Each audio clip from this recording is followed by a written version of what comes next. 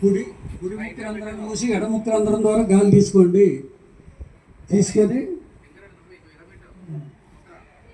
ఇలా ఇలా ఈ విధంగా ఒకసారి చూడండి అవుతుంది. ఈ విధంగా మధ్య వేలు చూపుడు వేలు ఇలా ఫోల్డ్ అవ్వాలి. ఈ విధంగా ఇలా కాదు, ఇలా ఇలా పెట్టి ఇలా పెట్టి ఇలా పెట్టాలి. ఈ విధంగా ఈ శ్వాస చేస్తున్నప్పుడు ఇంకోటి ఏంటంటే ఇది చెయ్యి దీనికి తగలకూడదు. ఎందువల్ల అంటే ఎందుకు తగలకూడదంటే మన శ్వాస తీస్తున్నప్పుడు ఇక్కడ ఇంటర్కోస్టల్ మజిల్స్ అని ఉంటాయి. ఈ ఎముకలు మన పక్కటి ఎముకల మధ్యలో కండరాలు ఉంటాయి. ఆ కండరాలు శ్వాస తీస్తున్నప్పుడు సాగుగా జరుగుతుంటాయి. దీన్ని ఇలా నొక్కి పెట్టారనుకోండి, నొక్కి పెడితే ఏమవుతుంది, శ్వాస కష్టం అవుతుంది, తీసుకోవడం కష్టం అవుతుంది. అందువల్ల ఎప్పుడు కూడా ప్రాణాయామం చేసినప్పుడు ఈ నడుము నొక్కి ఇక్కడ పక్కన యొక్క కండరాలు తగులుకుంటాయి, టైట్ అవుతాయి అన్నమాట.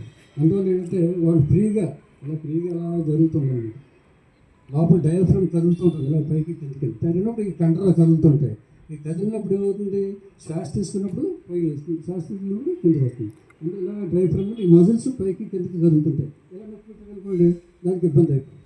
అందువల్ల ఎప్పుడు కూడా ప్రయాణం చేసినప్పుడు కొద్ది గ్యాప్ అవ్వాలి. ఇలా ఎలా పెట్టి గ్యాప్ వచ్చింది కూర్చొని